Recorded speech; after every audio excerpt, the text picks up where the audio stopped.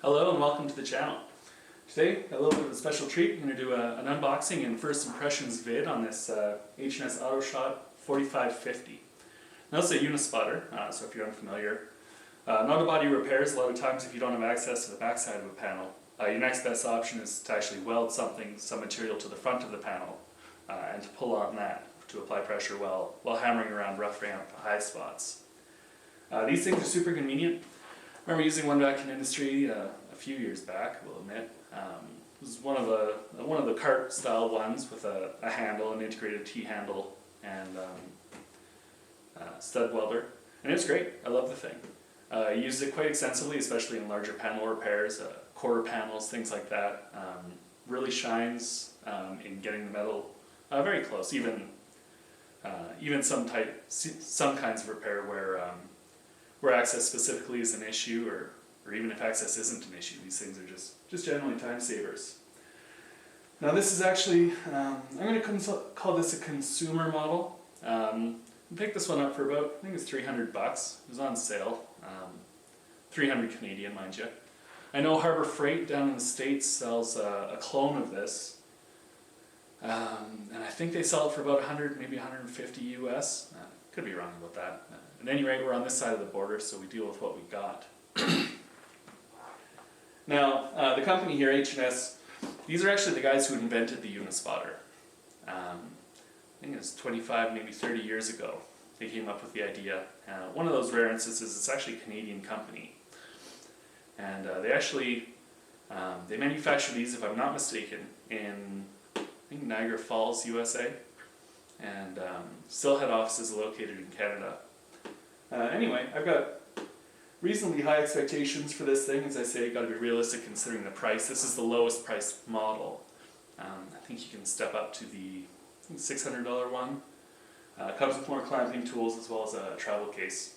This one doesn't have any of the bells and whistles. Just open a stud gun. Comes with some flex point Unispotter studs there, and an integrated pulling handle slide hammer. And so I'm a little bit curious to see what we get when we open the box. Let's dig right in. Well, here we have the box. Just kind of laying out what's inside and what some of the key features are. Claims to be the most powerful starter gun available. Sensitive trigger. Built-in overload relay. 3-wire power cord. That's about right. For the slide hammer, it's a 4-collet design, and this is actually one I'm interested in because I know for a fact the Harbor Freight one comes with one of those crappy little T-handle things, and it's locked on with this little thumb wheel thing, and honestly it just looks terrible. I think I saw 1 or 2 videos of it, guys looking at the thing, and can't say it looked like any of them had much luck with that little thumb wheel T-handle pull thing. At any rate, it comes with 500 studs. Blah blah blah, and yeah, for the progressive bodyman. Yeah, it's a little subversive, I guess, but. And oh, one other thing it says, it's got this special tip, I guess, or a studies technology, some kind of technology that will actually hold the stud at the end of the gun. Which, yeah, I gotta admit, that'd be kind of handy. Can't recall if the one I used previously had that particular feature. And if we look at the side of the box, this shows kind of, oh hey, there we go. There's your little thumb wheel pulling handle. Mini puller, they say. You can get optional shrink tips, body side molding tips, I don't know what all that stuff is. Replacement, looks like a service kit for the slide hammer. Get one of these multiple stud pullers, which honestly just seem like way more trouble than it's worth.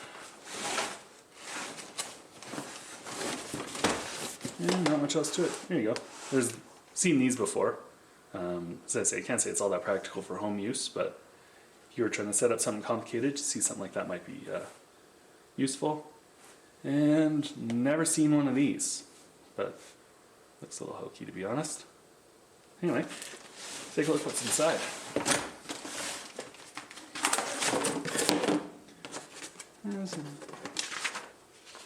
Man, well there we go, 2-year warranty.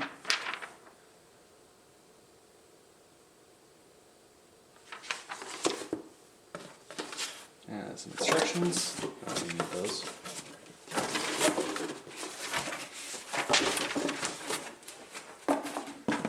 Do like the warranty though. So here's the stud gun itself. If you've never used one of these before, you just put your stud in the end here, and then you press against your substrate, and then you push the trigger, obviously. This looks like the power relay, I guess, overload protection switch there. Yeah, it's got some gravity to it. It's definitely not light.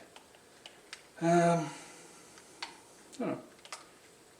Looks about right. Well, moving on, we got a box of 500 of the, these are the flexible studs, the Flexpers. I actually remember using these exact studs. 2.2 millimeter for regular sheet metal damage. These things are great.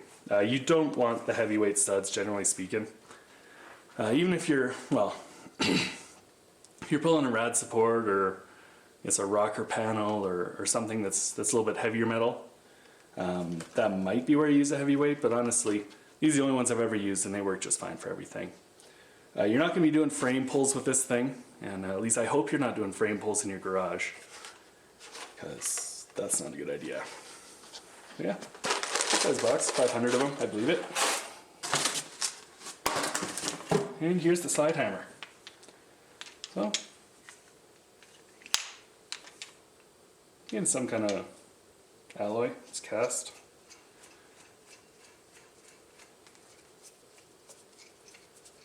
Take the tip off.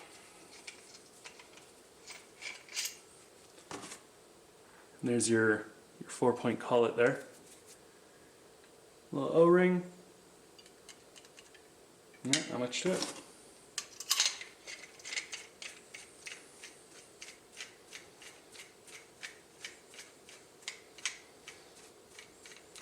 One nice feature, this is actually kind of cute. They've actually cast the shape of the collet lock head into the handle itself. So when you're pulling, you can loosen, move, tighten, slam, loosen, like this. You can just kind of loosen and release it, or loosen and tighten it, just with your hand on the handle there. That's kind of nice. A well thought out feature. Anyway, hammer itself feels fairly heavy. These things always do. Truthfully, you don't see slide hammers being used that often in collision shops. Generally, they're just not as precise. And this is just as likely to over pull the panel and create more work as they are to save it. But anyway, you could easily remove this thing, which in all likelihood is exactly what I'll do. Anyway, that's about it. Let's try it out. So for our test, I've got a small piece of 22 gauge steel here.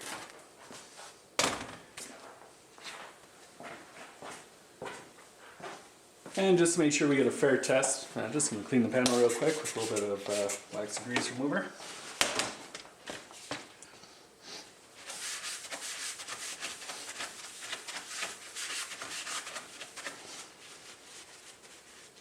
Hopefully it won't start any fires.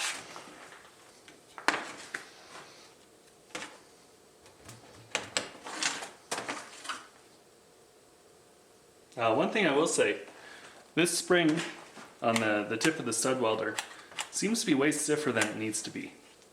That might be my first complaint with the thing. You ideally might want that to be a little lighter. This is 22 gauge steel here, so you see even from this height, it's kind of flopping around a fair bit. So I'm just going to reset here a little bit.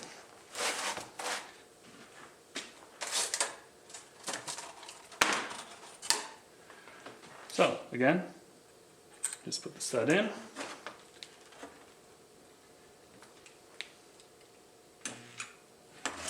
And give her a little zap.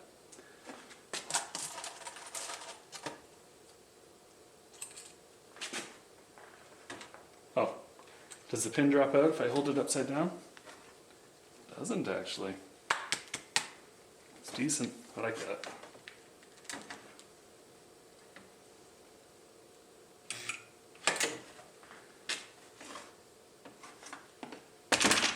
Move a little closer so you guys can see better.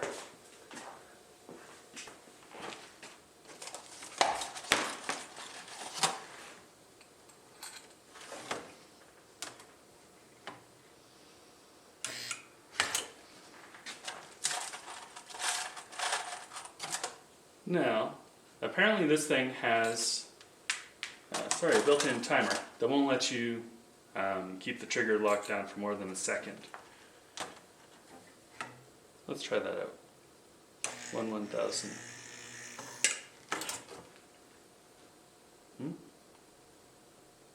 Don't think that worked.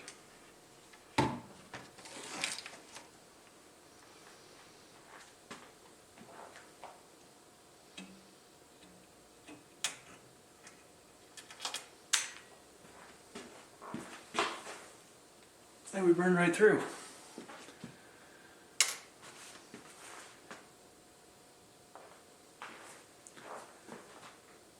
So, while we're at it, let's take a quick look.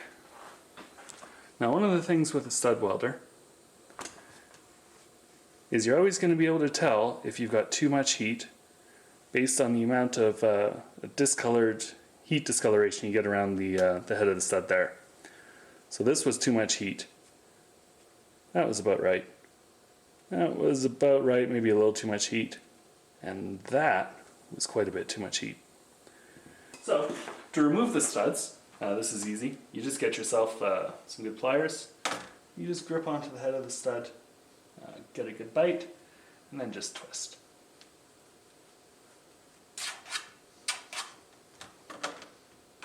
And most times it comes right out.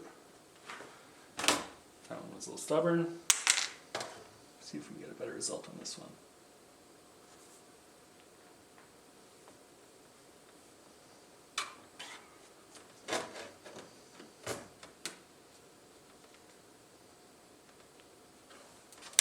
There we go.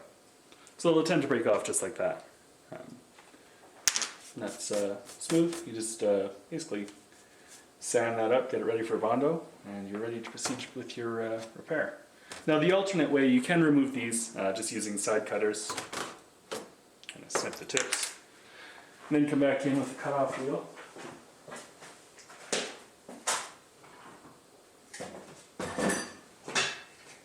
A cut-off wheel or grinder, even a die grinder will work. If you're going to use a cut-off wheel, I like to use these thicker discs for it. These things are great for cutting off rivets or anything like this where you don't necessarily want to slice right through the metal. So we'll just demonstrate that real quick.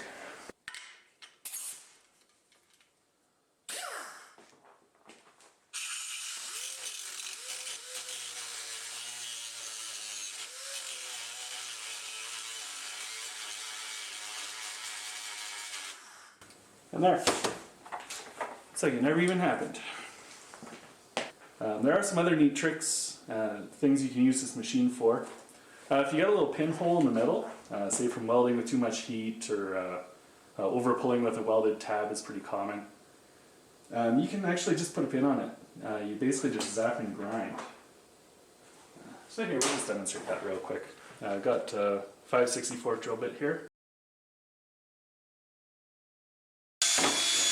So I just drew a circle around that little hole in the metal there so we can see what we're doing. Just place the pin over top, get a good contact, push the trigger.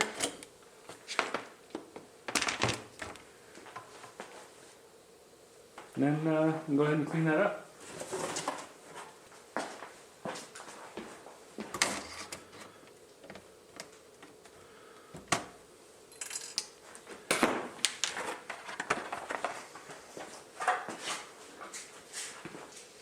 Yeah, we'll just use the cutoff wheel with the, what you call it, 3/8" disc on it.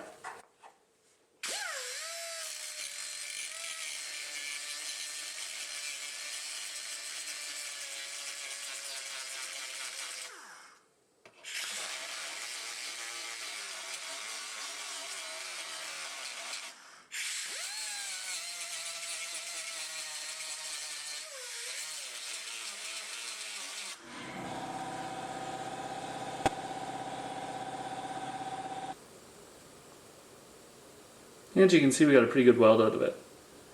We'll just take a quick look at the back side of the metal. And sure enough, there's the repair there. So, got a nice weld, good weld penetration. These are the other studs I ran, so you can see that we're obviously getting good penetration on those. Even a little generous, I was probably holding down the trigger a little bit too long. Now another neat application of these things, if you've got torn metal in a small repair area, say on a pillar or somewhere where you don't necessarily want a giant repair, but you need to weld, ground placement can be annoying. You don't necessarily want to grind another patch of bare metal to place your clamp, because that's just one more area that will need paint and prep and all that good stuff that goes with it. So what you can do is you can actually grab a Unispotter, drop a couple of pins right next to the area, and bend them back and use them to attach your grounding clamp. So I'll just demonstrate that for you guys real quick.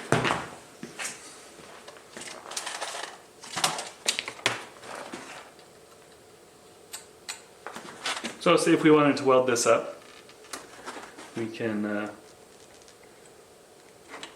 just get in real close.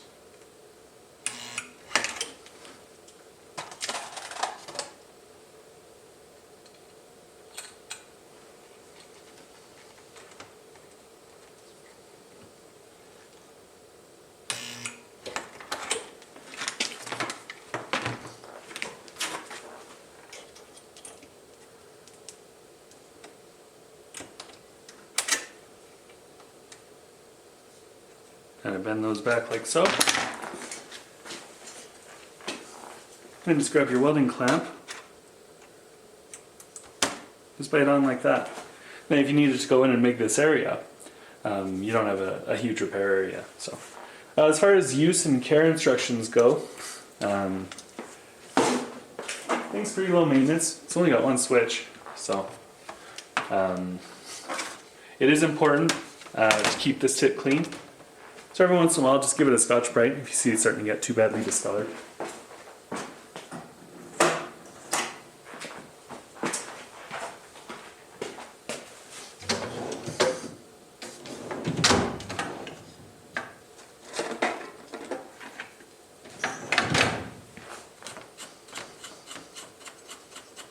And same for this grounding ring on the outside here.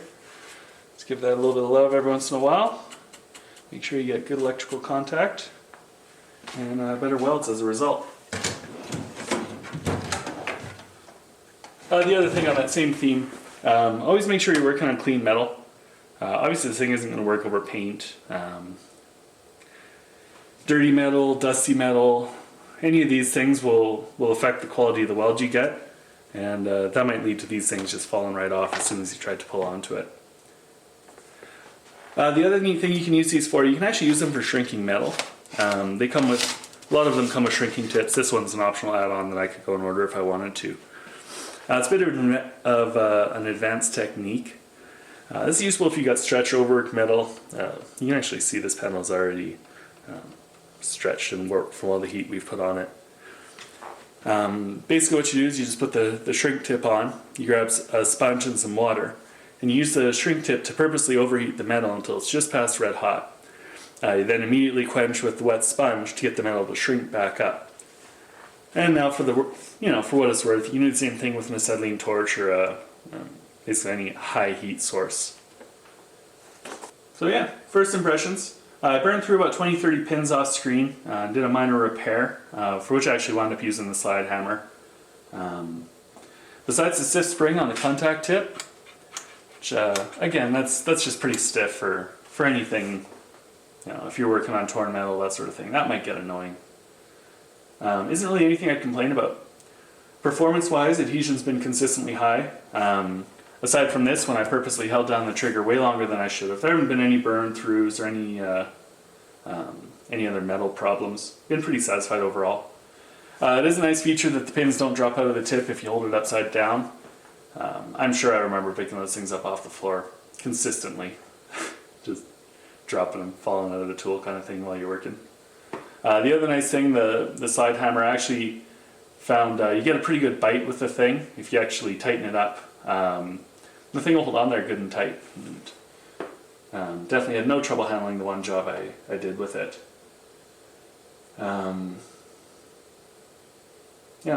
I'd say the pulling handle alone is worth the difference in price compared to the Harbor Freight model.